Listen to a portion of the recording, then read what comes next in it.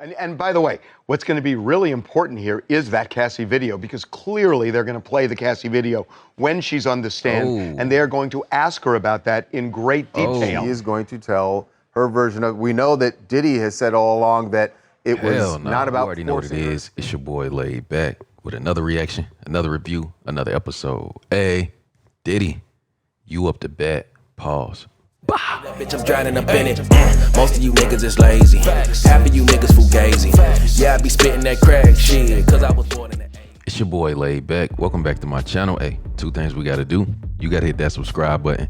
I'm drinking this water. You already know what it is, man. You are the prize in 2025. You are the prize in 2025. Make sure you hit the like button.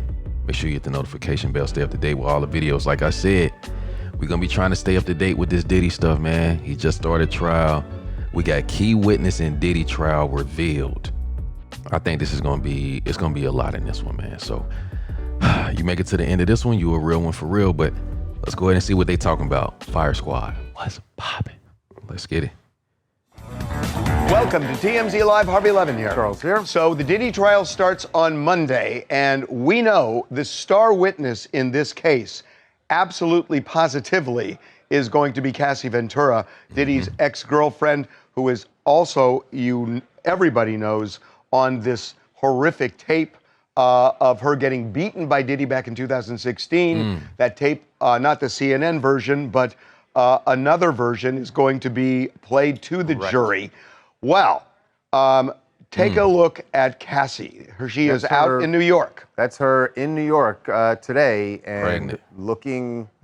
We knew she was pregnant, and we hadn't seen her since really February when they announced that she was pregnant, but she seems pretty far along, and she will be testifying next week, taking the stand. We think that she'll testify next week, but that is going to have some impact, one hell of an impact on the jury. We have talked about before how appearance makes a difference in cases. How Diddy's appearance, wearing a sweater, having gray hair and glasses and whatnot, you know, that it's all designed for something.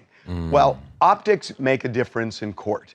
And when you think about what this case is about, this is about the defense saying that not only did Diddy lead a swinger's lifestyle, but so did Cassie. And that this was all consensual, and that they are saying there is no fraud, coercion, anything like that. When you look at Cassie getting on the stand, the jury is going to have to reconcile that image with the description or the picture that the defense is painting. Well, and also, so they're gonna be like, okay, well, you know, this was consensual. She was with all this type of stuff, and they're gonna be looking at her like, bro, she pregnant right here. It's gonna be real hard to be like, she was really busting it open like that. It was consent. Like, they just saying the optics of how it looks. You know what I'm saying? Just the appearance, how that can affect the jury, how that can affect the trial. So they're gonna hear her side of the story as she looks like that, and she's going to be telling. If she's refuting Diddy's version that was their lifestyle and that it was all consensual, I would imagine she's going to say some version of, I wanted out and I was just afraid to leave. Well, by the way, in a way, we already know what Cassie is going to say because she filed a lawsuit. Right. And she laid it out in great detail. Right. And said that there was fraud and coercion and force in this situation. And, you know, looking the way she looks, it makes a big difference. It's more believable. And what will be most interesting to me is how they handle cross-examination, right? I mean, the Diddy's defense team does have to paint her as part of a consensual swinger-style relationship with Diddy for a number of years, but reconciling that with her pregnant belly, that fact that she's already a mother to, I believe, 2 other children, and painting her in that negative light is going to be very delicate in front of that jury, and I don't know how you can really pull it off. And it will be difficult for Diddy's attorney, whoever's doing the cross-examining, to push her. You can't, you know what I mean? Like, you can't go back against her. You can't refute things she's saying and be aggressive with her. And by the way, what's going to be really important here is that Cassie video, because clearly they're going to play the Cassie video when she's on the stand, and they're going to ask her about that in great detail. She is going to tell her version of. We know that Diddy has said all along that it was not about forcing her to stay. This wasn't a freak-off situation. He said that they had an argument about her finding another woman's number on his phone. Now, if she refutes that, how are they going to challenge her? Right. Because that's going to be optically a very difficult situation for the defense. You know, Harvey, I've been thinking a lot about it. I wonder if the defense team will actually just take a pass, let her give her direct testimony and move along pretty quickly because there's other witnesses that they'll be able to be more aggressive with, maybe, who take the stand than Cassie.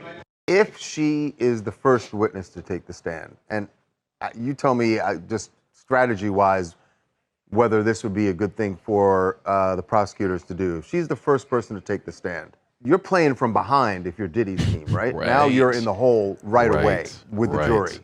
Because let's just Cassie's going to be come out on top in that exchange. Now you're playing from behind.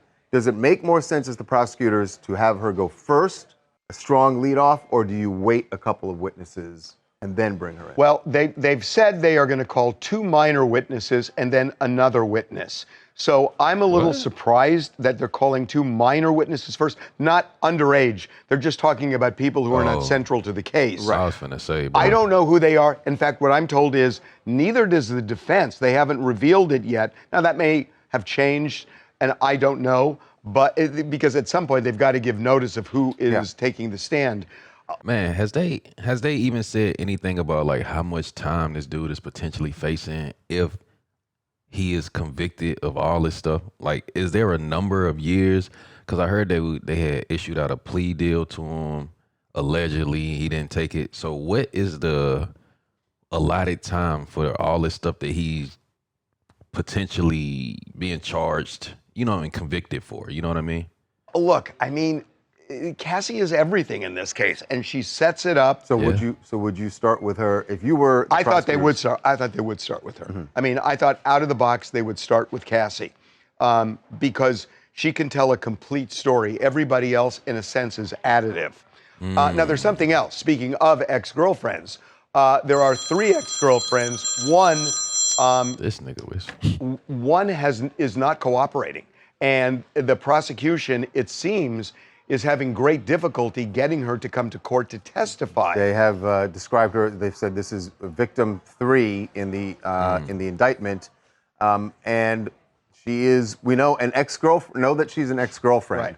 Right. And there was a whole exchange about her in court this week where they said we're having trouble getting her to come in. That she has some conflict. She's got things going on in her personal life, and it was described by the government as almost like she wants to be here, but we're not sure we're going to be able to get her here. We're talking to her lawyer. And they didn't say it in those words, but our sources are saying she has been uncooperative from the get-go and did not want to testify. And I'm just finding this really fascinating because what are they going to do on Monday when they deliver opening statements? Because an opening statement is when you lay out the case. You're going to hear from so-and-so, and so-and-so, and so-and-so. So the question, are they going to reference this woman if they can't deliver?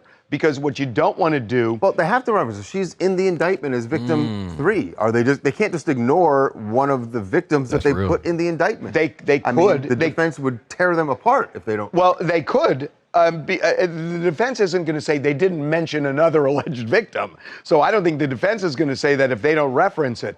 But I don't see how they reference it unless they have a lock that she's going to show up. Because if she doesn't show up, it's a problem. Yeah, and it's a devastating development for the prosecution because remember, that first indictment they brought just had Cassie. It had victim number 1, and they've sort of cobbled together a case. They added 2, and then they added 1. Right, and they've added them because they knew they needed to bolster their case beyond Cassie because he can always say, I was in a long-term relationship with Cassie. They needed more people. And so this is a critical piece of the prosecution's case. To have that witness potentially not show up is a devastating blow for them. Ooh. Hi, my name is Maritza. I'm from New York City.